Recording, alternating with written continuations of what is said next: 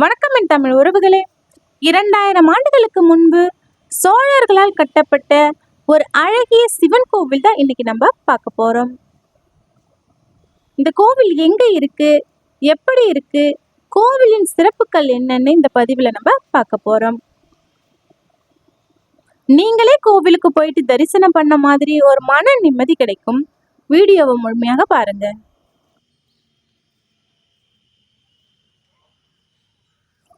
கோவிலுக்கு முன்பு நந்தி தேவர் இருக்காரு. நந்தி தரிசனம் பண்ணிட்டு அவர் அனுமதியுடன் நம்ம கோவிலுக்குள்ள போகலாம். இந்த கோவில் எங்க இருக்குன்னு பாத்தீங்கன்னா பாண்டிச்சேரி மாவட்டம். பாண்டிச்சேரியில இருந்து 18 கிலோமீட்டர் தூரத்திலும், விழுப்புரத்துல இருந்து 20 கிலோமீட்டர் தூரத்திலும், கோலியனூர் கண்டமங்கலம் செல்லும் வழியில தான் இந்த கோவில் இருக்கு.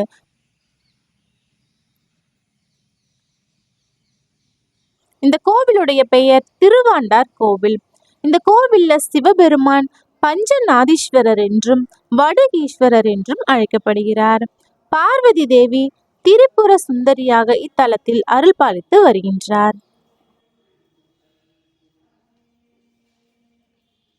திருஞான சம்பந்தரால் பாடல் பெற்ற தலம்.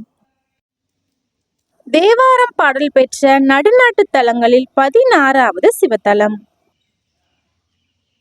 நின்ற கோலத்தில் இங்கு ஒரு அழகிய சிற்பம் நேர்த்தியா செய்திருக்காங்க. விநாயக பெருமானும் தொந்தி வயிற்றுடன் ரொம்பவே அழகா இருக்காரு.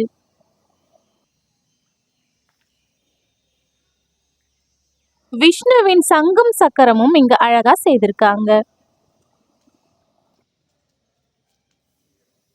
இந்த கோவில்ல பக்தர்கள் எந்த மாதிரியான பிரார்த்தனைகள் செய்யறாங்கன்னா, வேலை கிடைக்கவும், வேலையில் பதவி உயர்வுக்காகவும், ஆணவம் அடங்கவும், திருமணத்தில் உள்ள பிரச்சனைகள் நிறைவேறவும் இந்த கோவிலுக்கு வந்து பக்தர்கள் வழிபட்டு செல்கின்றனர்.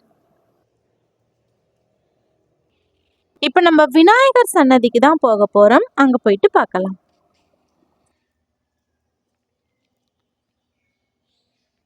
விநாயகர் சன்னதிக்கு போகும் வழியில அஷ்டலட்சுமிகள் வரிசையாக இங்கு உள்ளனர். நம்ம தரிசனம் பண்ணிக்கலாம்.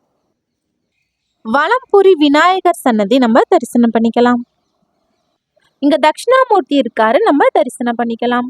கருவறை சுவரில் உள்ள தட்சிணாமூர்த்திக்கு வெண்ணிற வஸ்திரங்களுடன் இங்க பூஜைகள் நடைபெறும். ஆஞ்சநேயர் சிவனை வணங்குவது போல ஒரு அழகிய சிற்பம் உள்ளது.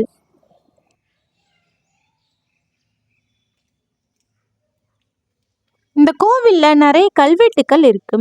இங்குள்ள கல்வெட்டுக்கள் மூலமாக சோழர்கள் இந்த கோவிலை கட்டியிருக்காங்கன்றத நம்மளால அறிய முடியுது. அது மட்டும் இல்லாம முதலாம் குலோத்துங்க சோழன், 3ஆம் ராஜேந்திர சோழனின் கல்வெட்டுக்களும் இந்த கோவில்ல இருக்கு. இங்க லிங்கோத்பவர் இருக்காரு, நம்ம தரிசனம் பண்ணிக்கலாம்.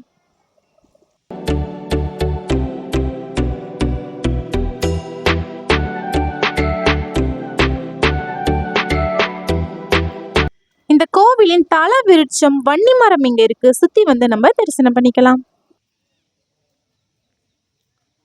சோழர்களுக்கு பின்பு இந்த கோவில் பாண்டியர்களின் கைவசம் இருந்திருக்கு என்றதையும் இங்குள்ள மீன் சின்னத்தின் மூலமா நம்மளால அறிய முடியுது.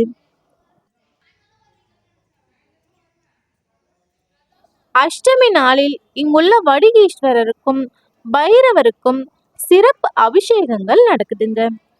தோஷங்கள் நீங்கவும், திருமண தடைகள் நீங்கவும், நோயால் அவதிப்படுபவர்கள் பைரவருக்கு தேன் மற்றும் கரும்பு சாறு கொண்டு அபிஷேகம் செய்தால் நம் பிரச்சனைகள் தீரும்.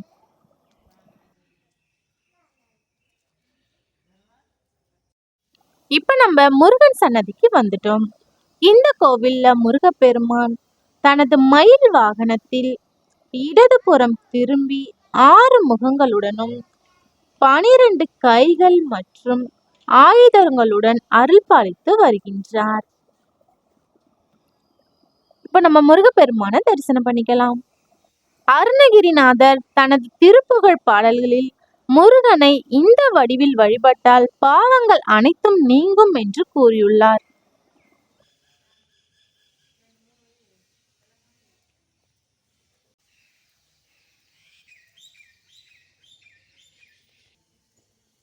அன்னை துர்கையும் இத்தலத்தில் அருள் பாலித்து வருகின்றார். கருவறையை சுற்றியுள்ள சுவரில் இருந்து போருக்கு தயாரான கோலத்தில் இங்கு காட்சி தருகின்றார்.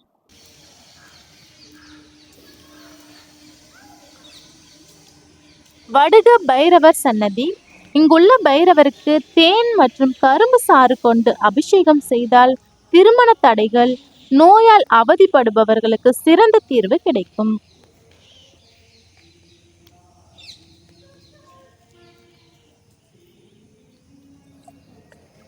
நவகிரக சன்னதி இருக்கு, நம்ம தரிசனம் பண்ணிக்கலாம்.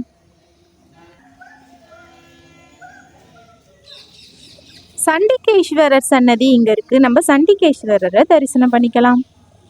இப்ப நம்ம கருவறை மூலஸ்தானத்துக்கு போக போறோம். அங்க நந்தி தேவர் இருக்காரு. வடுகீஸ்வரர், பஞ்சநாதீஸ்வரர் இங்கு காட்சி தருகின்றார். தாயார் திரிபுர சுந்தரி காட்சி தருகின்றார். இப்ப நம்ம கோவிலின் வெளிப்பகுதியை தான் சுத்தி பார்த்துக்கிட்டு இருக்கோம்.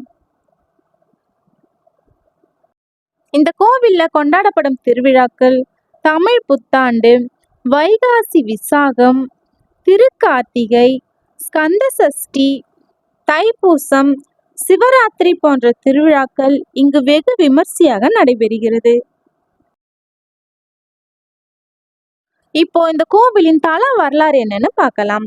படைப்பாளியான பிரம்மாவுக்கும் சிவபெருமானுக்கும் 5 தலைகள் இருந்தன. இந்த சமத்துவத்தை பற்றி பிரம்மா ரொம்பவே பெருமிதமா இருந்தாரு. ஒரு முறை அன்னை பார்வதி தேவி பிரம்மாவை சிவபெருமான் என எண்ணி மரியாதைகள் செய்தார். பிரம்மாவும் மறுக்காமல் அவற்றை ஏற்றுக்கொண்டார். அதனால கோபம் கொண்ட சிவபெருமான் பிரம்மாவின் ஒரு தலையை அகற்றினார். அதன் பின்பு பிரம்மா தனது தவறை உணர்ந்து சிவனிடமும் பார்வதியிடமும் மன்னிப்பு கேட்டார். அதனாலதான் இங்குள்ள மூலவர் வடுகீஸ்வரர் என்ற பெயருடன் அழைக்கப்பட்டு வருகிறார். மீண்டும் வேறொரு பதிவில் சந்திப்போம். நன்றி.